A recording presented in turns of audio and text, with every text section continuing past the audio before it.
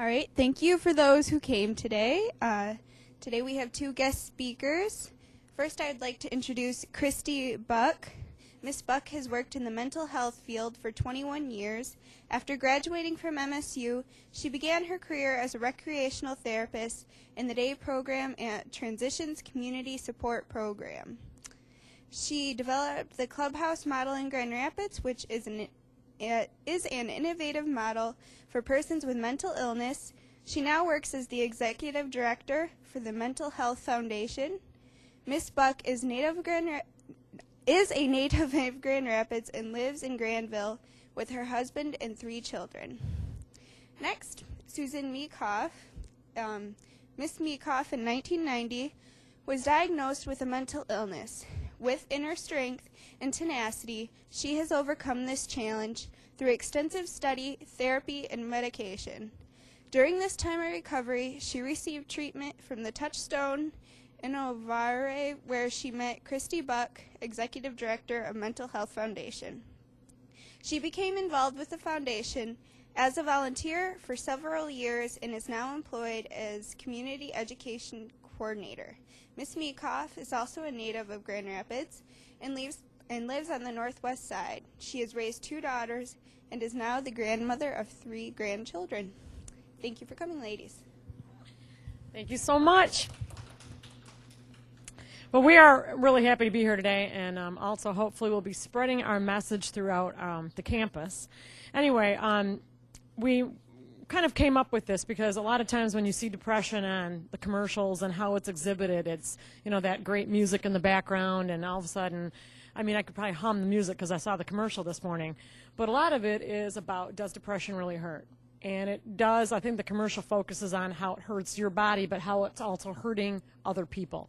So we're hopefully going to kind of work our way around this, and hopefully we're going to spread the message and get the word out to people that quicker treatment means better hope for recovery, and that's what we're all about.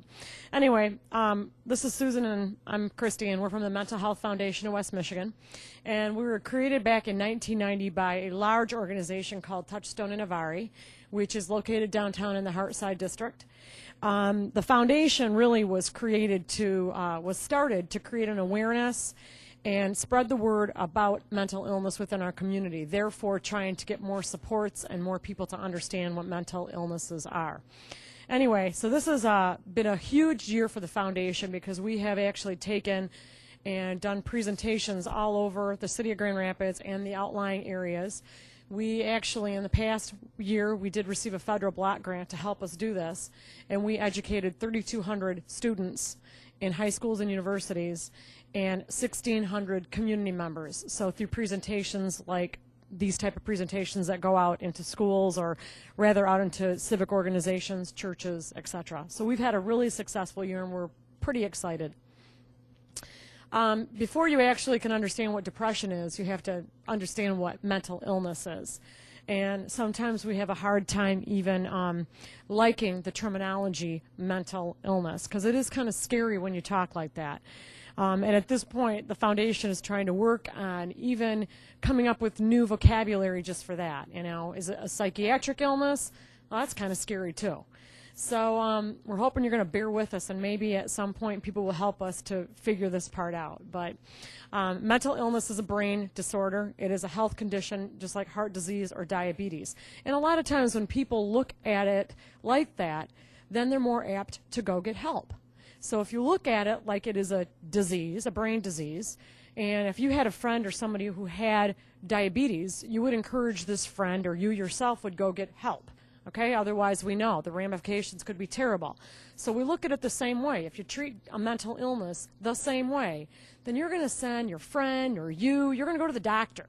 Okay? And that's who is going to treat it. And we're going to talk a lot more about depression and what you can put into play. Mental illnesses can be recognized and treated. We always have to believe that, just like any disease. If you don't believe it, if you don't believe cancer can actually be treated, then that's almost pessimistic and a feeling of it's hopeless. Mental illnesses are real. Mental illnesses are the leading cause of disability in the United States.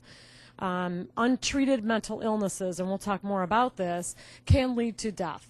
And suicide rates are extremely high. They rate higher than deaths by AIDS in this state.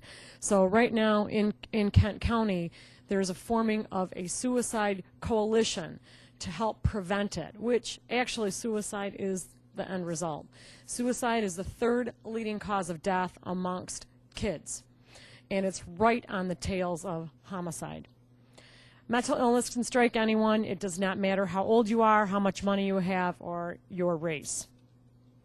1 in 4 adults are affected by mental illness. Substance abuse can bring on mental illness, and many times this is a form of self-medication. So when people are feeling like they have voices or they're feeling depressed, they're more apt to substance abuse. And we'll see a lot of this happen in high school. And when there are substance abuse issues, then you have to treat that substance abuse at the same time you're trying to treat a mental illness. So it's tough, and so that's why the Mental Health Foundation is extremely, extremely energized in trying to get into these schools to educate kids so we can get them before the substance abuse comes into play. A major change or loss can also trigger mental illness.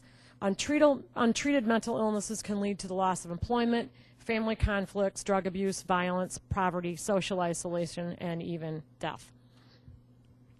One of the biggest things, and we're going to talk about this for a minute, and this is the #1 barrier to treatment, and it is huge, and that is the word stigma.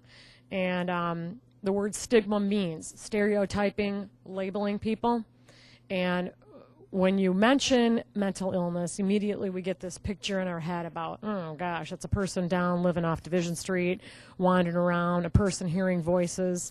Okay, God, I don't want to be one of those people. If people see me, they're going to associate me with those people. So the stigma is the main thing that keeps people from going and getting help. And so one of the huge things for the foundation is to reduce the stigma. We do a lot of fundraising gigs throughout the year, and most of the time those all have to do with increasing awareness and decreasing stigma. Susan's going to share a little bit about the effects of stigma. I think one of the biggest thing about stigma is that you need an understanding. The effects of stigma on mental illness. Stigma usually results in fear, mistrust, and violence towards those with mental illness. So often the people with mental illness are the ones that end up being the victim of crimes. And also a typical reaction encountered by someone with mental illness is fear and rejection. So often they isolate and they are not being social like they had once been, so they feel that they feel a lot of fear and rejection. It really affects their self-esteem. Individuals with mental illness experience stigma in all areas of their life. Some have been denied adequate housing loans, health insurance, jobs due to their history of mental illness. And this is so true. It happens all the time that people do not get employed or they lose their employment due to very, very serious mental health issues.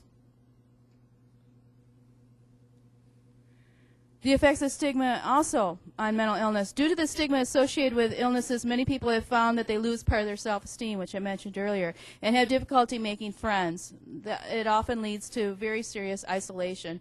I mean, there's a balance between wanting to spend some time alone and enjoying it, but then also the scary thing of spending too much time alone and isolating yourself, where you start breaking commitments that are in your life and just shutting it all out. Insurance companies discriminate against people with mental illness, and we're learning about this with the parity issues, providing less coverage for brain disorders than other illnesses. The most damaging effect of stigma on mental illness is the unwillingness of people to seek help. A lot of times when people that are feeling depression don't even realize that they are feeling depression. They have slid into the signs and symptoms that we will talk about later, that they didn't even realize how they got there and really what's happening to them. And I found that in my own life, having experienced depression, that as it was happening, I really didn't understand, and it really took other people to help me out.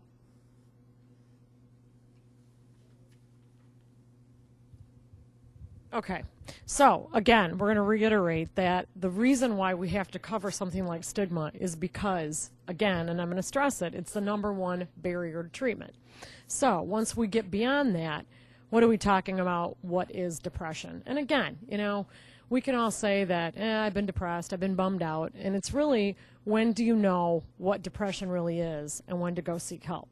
So basically, the definition is a depressive disorder. It's an illness that involves the body, mood, and thoughts. It affects the way a person thinks, acts, and feels.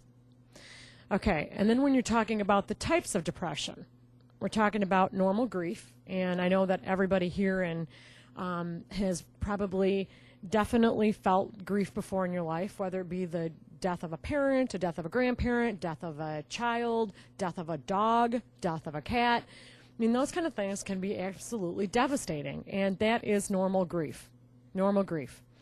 Then you have depression that has to do with the adjustment reaction. It might be the loss of a job. Okay, so adjusting to the loss of that normal thing that you always go to. The loss of living at home. So it could be, for college students, it could be making the exit and moving out from out of town, especially here at Aquinas. You've got a lot of folks coming in from different parts of the country to your college. So leaving the home, leaving your parents, and coming in, and that's an adjustment reaction. So a person's reaction could be depression. And what could happen could be, and later we're going to talk about the supports that get into place. If we're not there to get the supports into place, then it can lead to something like a dysthymic disorder, which would be a mild depression. Okay? Kind of bummed out a little bit. I can make it to class still, but I'm an early to bedder. I don't like to go out with friends. I don't have a whole big social life. And not that everybody has to, because that's not what we're saying at all. But a person might be different than when they first moved in.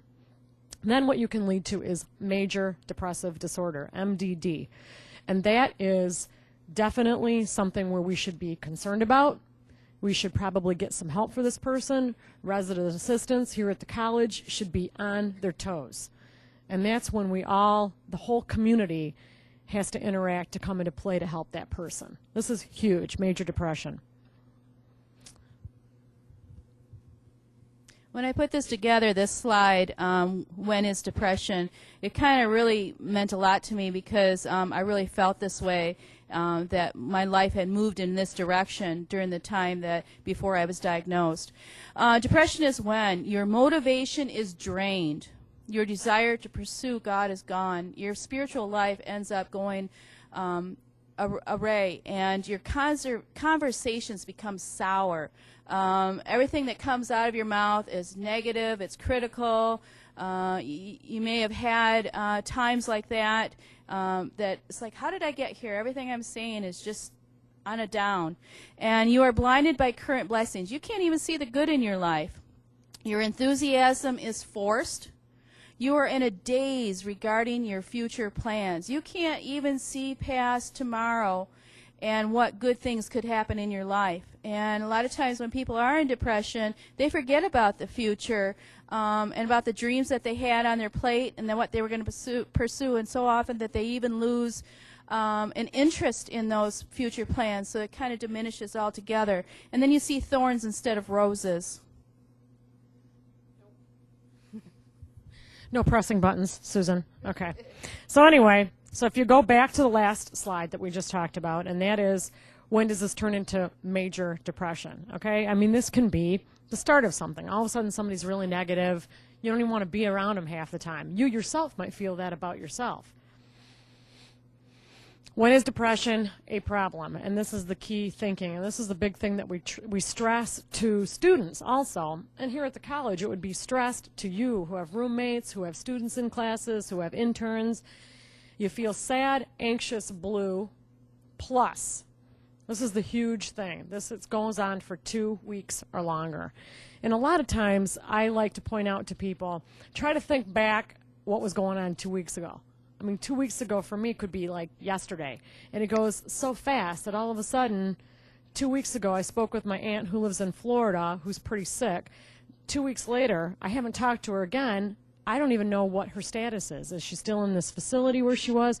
I mean, all of a sudden, 2 weeks goes by really quickly. And a lot of times with depression, it cycles so quickly down within those 2 weeks that you can't even remember the time period of when the last time the person may have been happy. So if you see somebody or you yourself start feeling that last slide, it is paying attention, because 2 weeks goes by really quickly. Your job may be impaired, your relationships, your school. I mean, within those 2 weeks, okay, it's gone on for 2 weeks or longer, all of a sudden, Michelle isn't coming. She's not even showing up to class. She's on a part of our group project, and she's not coming. She is sleeping in. She's spending a lot of time in her room. She doesn't want to go out. She's normally a person that might come out on a Friday night, and she's not coming out. Okay? 2 weeks. Their physical functioning is usually impaired, and that means either an increase or a decrease in your sleep pattern and eating pattern.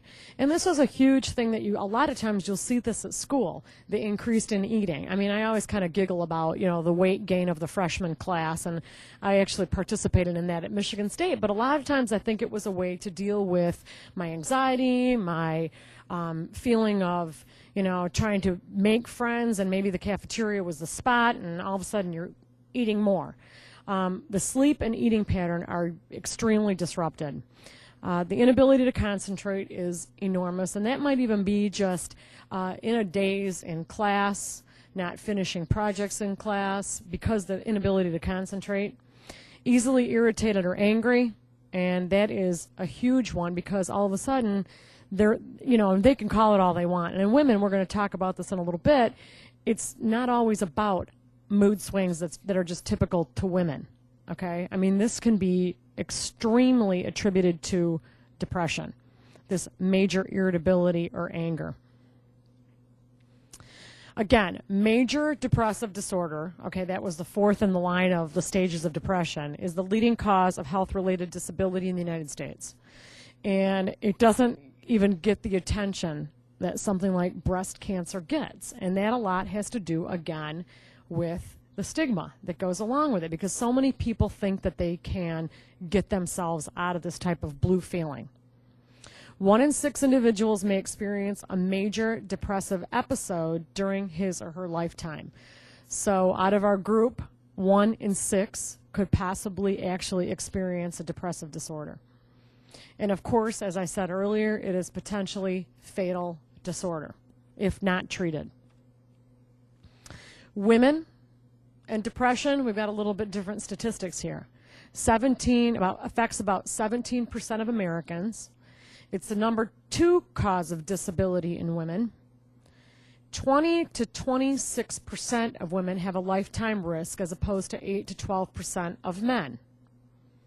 The rates in boys are more than girls prior to puberty, which shows us that a lot has to do with our hormonal and the differences that are going inside. After puberty, men are higher for addiction and impulse control disorders. Okay, so theirs may be depression, but they're treating it, they become addicted, substance abuse, and that's their way of handling it. Women have twice the rates for depression and anxiety after puberty, and then depression rates peak between 25 and 44 years old. And also, a lot of the research we've done gives us a high statistic of mental illnesses really are seen between the ages of 19 and 25 years old, which is probably the peak most time of lives here at Aquinas College.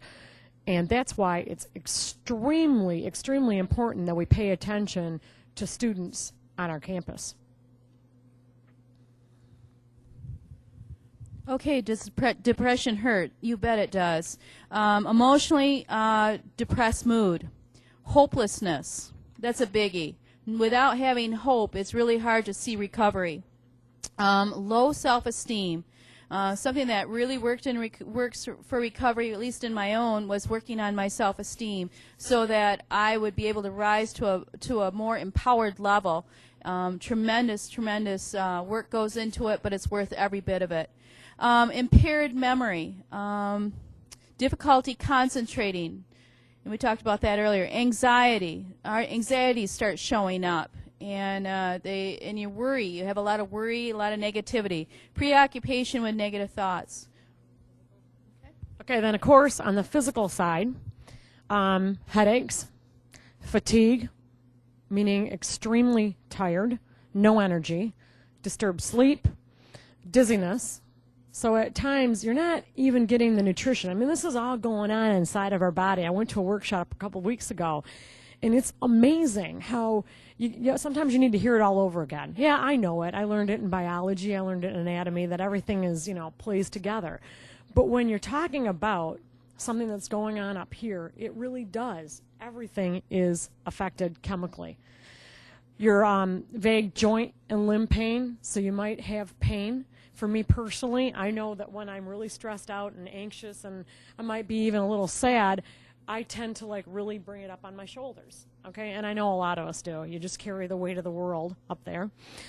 Back and abdominal pain, GI complications, and we know you can feel like you're going to throw up.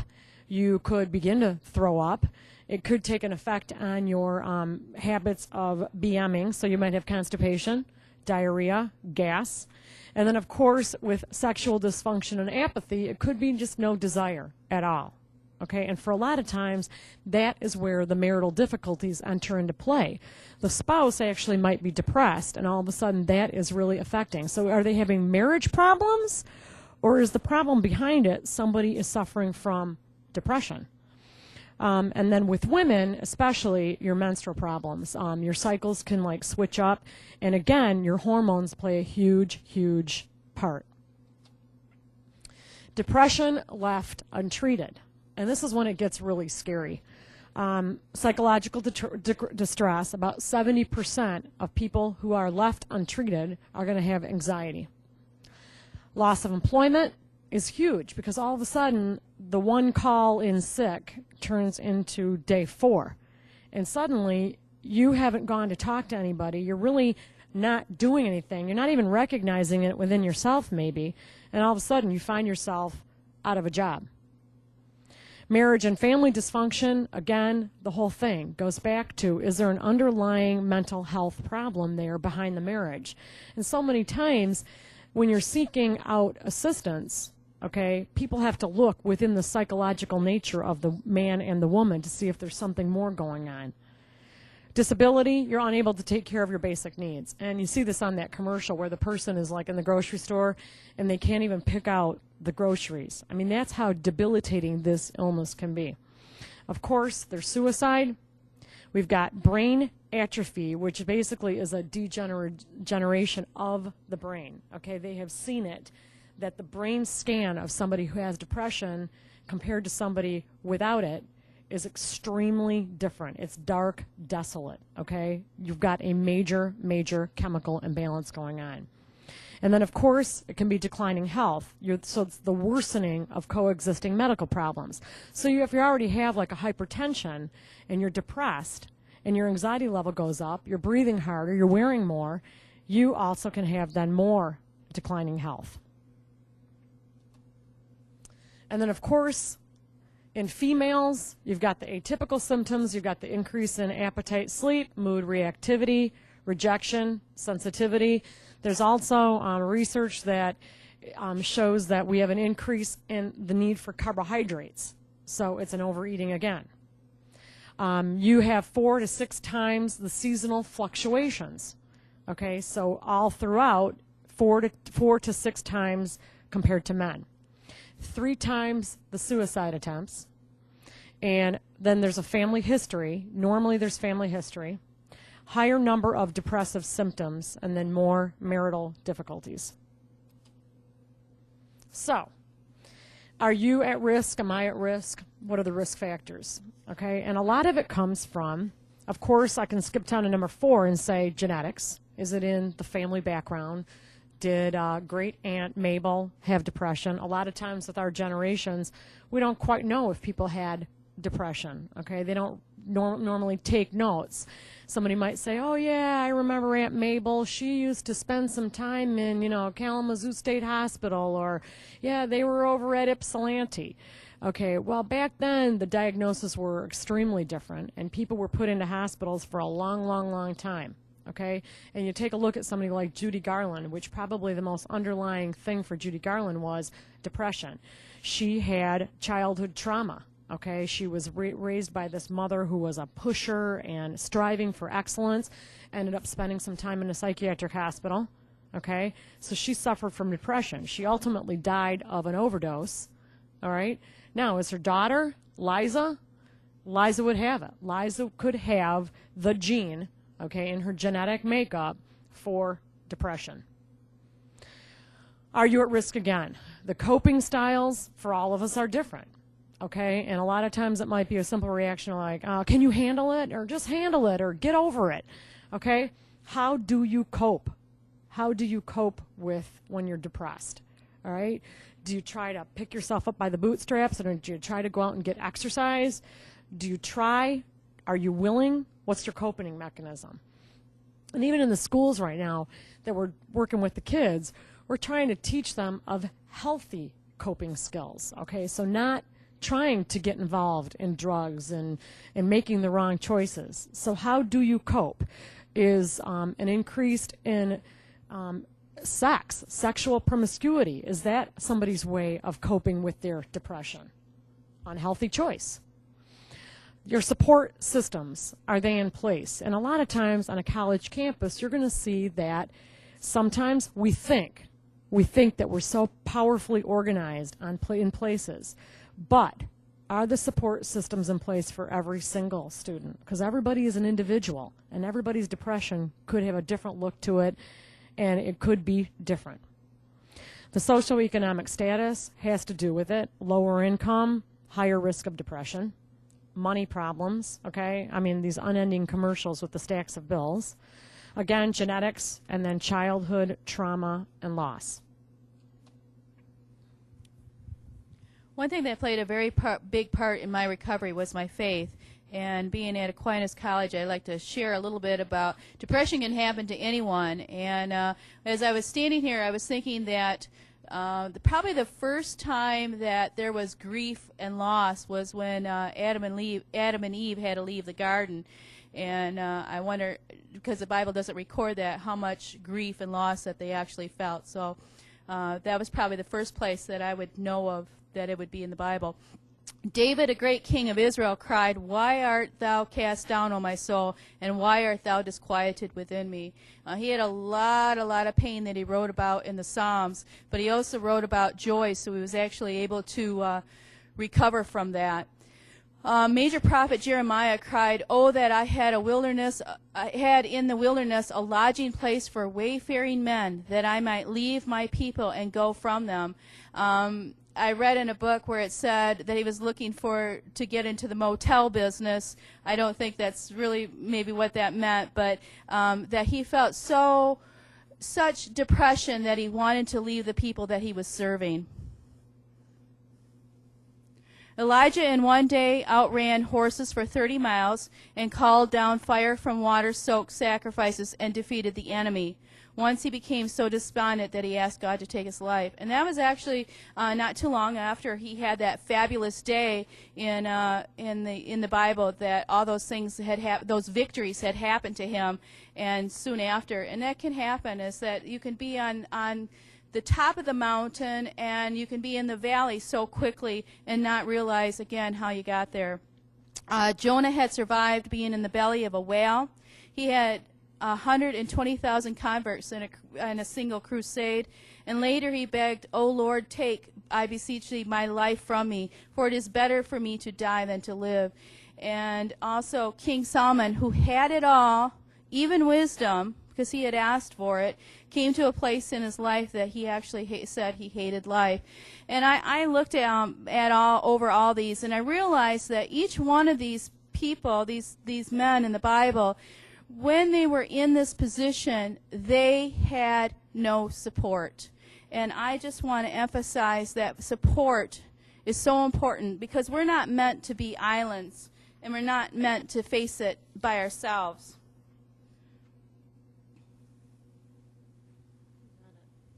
Okay, so when we talked about facing it head on, how literal is that? Facing it head on, okay?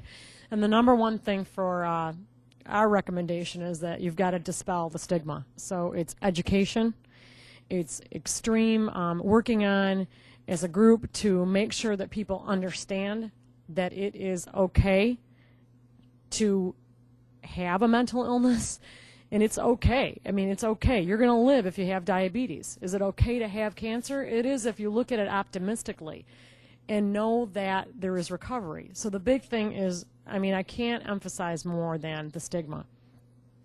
Get supports in place, and that would be for yourself. Surround yourself with people that make you feel good, and surround yourself with people that are going to be concerned for you if all of a sudden you weren't around or you weren't communicating with them as much. We, last week, 2 weeks ago, hosted a big fundraiser, and our guest commentator for the evening was Eric Hipple. And he used to play for the Detroit Lions back in the 80s, and I guess he had a great Monday night football game that was, all over the media. Anyway, Eric himself went on after the Detroit Lions football stint to have a career and went on to have kids. And his son, back in 2000, actually took his life. And Eric now has made it his mission to go out and make sure that we educate the community about what are the signs and symptoms of depression. And it was hard for the family to understand how could this happen. And when he looked back in his background, he saw that, he too had signs of depression when he was back in high school. And so his son, grades started suffering, and the signs were there. But I got to remember that 2 weeks goes really fast. Okay, and then all of a sudden, 2 weeks is the midterm. Okay, and in high school right now, 2 weeks is 2 weeks is quick. A semester is right now, it's over with right now. And so for a lot of kids, they're anticipating these grades coming out. What am I going to tell my parents? How am I going to, here at college, gosh, they're paying all this money for me and my grades are suffering. All of a sudden, depression. So the Hipples have made it their mission to go out and create an awareness. So now Eric works for the University of Michigan Depression Clinic, which is a phenomenal place that really is doing a lot of research and helping. And Eric told a story 2 weeks ago that his daughter actually was on her, MySpace or In Your Face, whatever those accounts are, and it actually was out there that she was feeling a loss. She was feeling like she really missed her brother a lot, and at times she wanted to be with him. Well, her supports were in place. Eric's phone, friends were calling. They were concerned, okay? And that's okay. That's okay to be concerned, because I'd rather have somebody out there that really is concerned about me if I make a comment, okay? It's not a reactionary and jumping to a conclusion because Eric's son died, the daughter's going to take her life. But it's aware. It's having supports in place. And so many times, you don't have your supports in place because you don't know if you have that one trusting individual. And that's where a huge boatload of stress can come on residents' assistants, because they might be the one support. And then sometimes you don't even realize it. You're it for that person. Be willing to seek treatments, and this is huge. And I like this one, to be patient and a good patient, because treatment does not come overnight.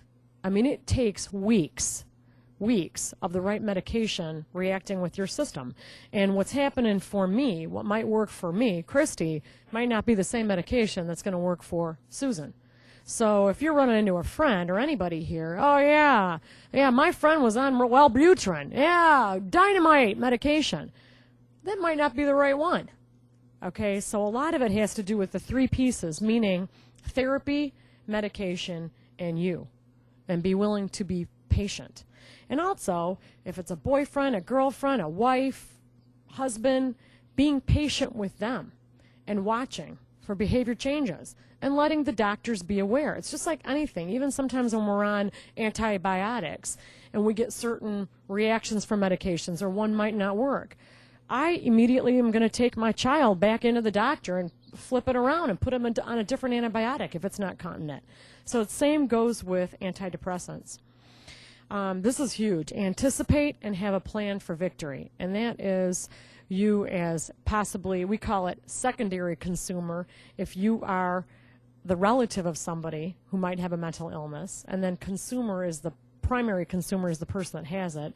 So anticipate with yourself or your secondary or whether you're the primary to have a plan for victory, because victory is really what's it all about. It's about winning, and recovery. Recovery is an ongoing process. And then we really feel, I know at the Mental Health Foundation, is that you will recover no further than what you believe for. Okay? So if you don't believe in that I'm going to go back to work, I'm going to be a good mom, I'm going to be a good wife, I'm going to be a good husband, then you're not. So a lot of it is really having an optimistic attitude, and it's tough without the 3 pieces of therapy, medication, and you. I just want to say on the last comment about believing in yourself. Sometimes when you have people around you, oh, you're really good at this or you're really good at that. Sometimes you really need to receive that for yourself, because you say, oh no, I'm not a good husband, or I'm not a good wife, or I'm not this, and people keep telling you around that. And the thing is, finally you got to just say, okay, I receive it. Yep, you're right. And that is part of the process of recovery, is to receive the compliments that are given to you, that helps you build yourself from the inside out. To wrap this up, I want to talk about a poem that I wrote while I was really dealing with mental health issues. It starts as this: I have an illness you cannot see, the tears I've cried, the fear I felt, the hope that left me. And when I called for help, you did not turn me away. You listened. You knew just what to say. You told me all life has to offer. It just passed me by. I have an illness, you see. Why, God, why? You convinced me there was hope, and in the meantime you taught me how to cope. You continued to listen to my deepest thoughts, and when I ran into trouble, you were the first place I sought. Many years have gone, and I still have this illness inside. You helped me deal with stigma. I choose not to hide. My recovery has been my gift to those whose illness you cannot see, to encourage them to choose their own road of recovery. What recovery has taught me was I could be all that I wanted to be, and what getting help has taught me was how to master this illness instead of it mastering me. In closing, I'd like to talk about this last phrase. This is a message to bring with you, and it's from the Bible. May you prosper and be in good health as your mind prospers. And so much of that depends on you. You need to do the work to reach out for help, to get your mind to the state of total enjoyment. And like we said in the last slide, maybe it takes medication and therapy, but you can do it. There is recovery out there, and don't ever give up hope. Thank you. Does anybody have any questions? Yeah. You talked a little bit about the genetics of it, and my maternal grandmother, my dad's mother, had serious problems with depression, as did my dad. And when I was a child, someone told my mother that depression oftentimes transfers from mother to son and from son to daughter, so she's always been really concerned about that. And I was wondering if there's any validity to that? It's genetically, it's all over the board. Okay, so it's not just from mom to son, da-da-da-da-da, okay? It is the whole family. So for my family, too, my mom suffered from depression. So am I on notice for my kids? Heck yes, okay? My sons, my daughters, myself, right? Anybody. And that's why that there is so much research, but it is a definite. It's a definite that it is genetically. Same with the substance abuse. And now when you look at substance abuse, okay, so much of that has to do really with depression and the coping skills. Huge. Did that answer your question? Oh, yeah. Any more questions?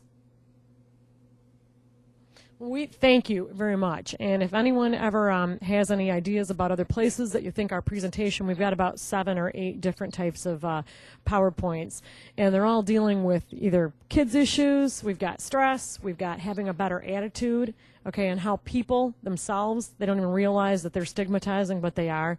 And so anytime we're always looking to get out there and do more presentations. So if you have classes or if you have professors that you might think this would be solidly working in, maybe within the dorms, we would more than happy be, we would love to be able to share the information we have. So anyway, make it a great day and enjoy the upcoming season. Yes, most definitely. 459-4212, extension 417, and that would put you right through to me, and that's Christy Buck. What? Oh, I will repeat it. 616-459-4212, extension 417. And again, we would love to spread and share the message with everybody else.